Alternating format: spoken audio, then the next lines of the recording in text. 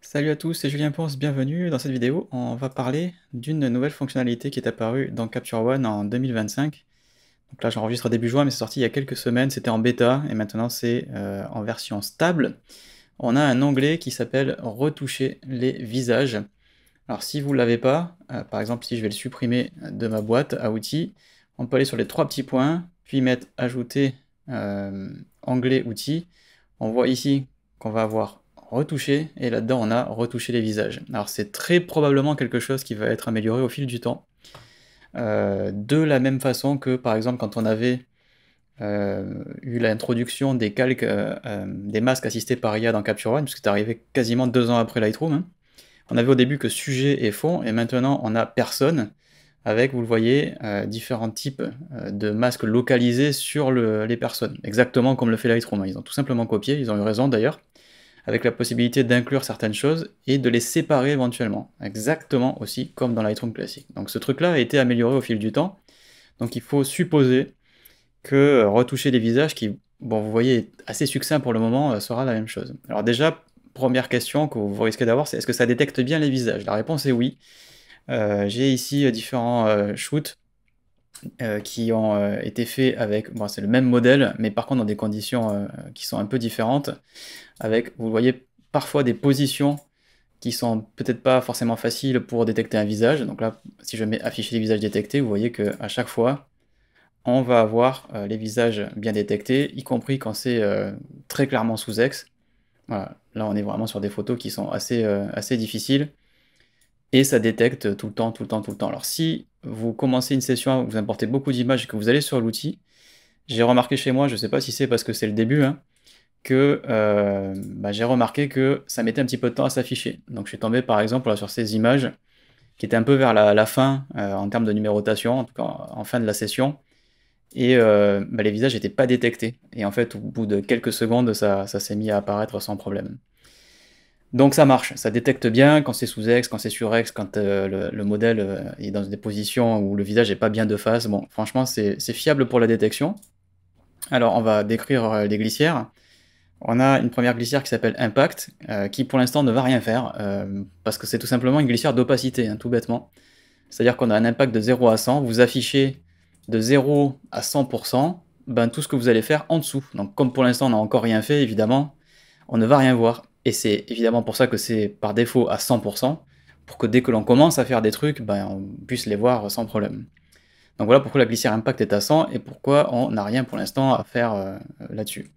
Donc les défauts, alors ce qu'on appelle les défauts, si je zoome un peu plus près sur le visage, alors ça va vraiment retoucher que les visages. Si je vais plus loin sur la peau, par exemple les épaules, la poitrine qui est un peu floue, le bras aussi, c'est pas là-dessus que c'est censé fonctionner. On va quand même jeter un coup d'œil pour voir s'il n'y a pas de confusion. Mais quand on fait défaut et qu'on va jusqu'à 100, on se retrouve, au final, je trouve, avec quasiment sous le capot, je suis sûr que c'est une séparation de fréquence. Quand on voit ce que ça fait, c'est exactement ce qu'on obtiendrait avec une séparation de fréquence dans Photoshop. Donc ça donne ce look un petit peu poupée de cire, un peu plastique, qui évidemment ne fonctionne pas. On vérifie, mais effectivement sur le reste du corps, ça n'a pas bougé, donc ça n'a bien altéré que le visage. Donc clairement, je conseillerais d'être un peu... voilà, de vous dire que vous pouvez aller jusqu'à 50, et que de 50 à 100, c'est vraiment très très très très lisse. Donc on va le mettre à 0 pour pouvoir comparer avec le reste, hein, pour l'instant. Donc les cernes, bah, ça porte bien son nom. Si vous avez une petite zone plus sombre sous les yeux, vous allez pouvoir la déboucher. Alors franchement, est-ce qu'on pouvait pas faire ça avec un coup de pinceau avant? Si, bien sûr, mais bon, au moins maintenant vous l'avez en une seule glissière, quoi. Donc en gros, vous l'avez ici, et quand on faisait ajuster, qu'on crée un masque sur les personnes, on avait, vous voyez, ici des trucs sur la peau du corps, du visage, les lèvres, les cheveux, mais on n'avait pas les yeux, donc finalement les deux se complètent bien. Ensuite, la peau uniforme. Donc on a évidemment déjà depuis très longtemps dans Capture One un outil pour uniformiser d'après un point de couleur de peau que l'on donne à échantillonner. Là il s'agit vraiment de faire on va dire un lissage sur la texture. Donc quand on va pousser, on va se retrouver, vous le voyez si on fait le avant-après, avec là aussi une sorte de séparation de fréquence un peu plus ciblée. Ce qui fait que quand on met quantité à 100 et défaut à 100, on a vraiment voilà, quelque chose de très lisse et de complètement fake au passage. Et au passage, la peau uniforme, voilà, c'est vraiment juste sur la surface et la texture, là où défaut peut aussi au passage enlever des petits boutons, des petits trucs qui traînent. Alors regardez par là, il y a un truc qui est assez important, avec défaut que je vous ai pas dit, je vais vous le dire maintenant. Regardez ces toutes petites imperfections, quand on les met à 100, c'est pas que en fait il va plus ou moins augmenter sa tolérance pour enlever des imperfections complètement, c'est qu'il va plus ou moins les gommer sous forme d'opacité. Et ça c'est très regrettable parce que ça donne un truc un peu fake où en fait ici on a toujours les imperfections qui transparaissent, alors qu'en fait que ça aurait dû être ici plutôt qu'un réglage d'opacité mais quelque chose de granuleux. C'est-à-dire en gros plus on pousse et plus il détecte des trucs comme étant des imperfections et donc il les enlève. Et ensuite, il aurait pu avoir une glissière en disant je les enlève à plus ou moins 100%. Mais finalement, ce truc de défaut ici, c'est une séparation de fréquence avec une opacité. Regardez ici, il y a toujours les imperfections qui transparaissent. Mais c'est toujours le même nombre d'imperfections. Donc en gros, ce qu'il fait, c'est qu'il fait ça, c'est-à-dire qu'il fait tout péter. Et ensuite, plus ou moins, on dilue pour revenir à l'origine. Et non pas augmenter la tolérance pour que, par exemple, certaines petites tâches qui n'étaient pas prises le deviennent. Donc, je trouve que c'est pas complètement dingue. Et donc la quantité en peau uniforme va faire une séparation de fréquence. Je suis sûr que c'est une séparation de fréquence qui se fait en arrière-plan, avec un lissage sur une petite uniformisation sur la saturation et les teintes, et la luminosité aussi, forcément, parce qu'à mon avis, s'il y a une séparation de fréquence, hein, forcément ça altère la luminance, mais il n'y a pas du coup la suppression des défauts, quoi. Donc ces deux-là sont complémentaires, je pense que c'est le même algorithme qui traîne en dessous, on ne saura jamais parce qu'évidemment c'est un logiciel dont on ne dispose pas des sources.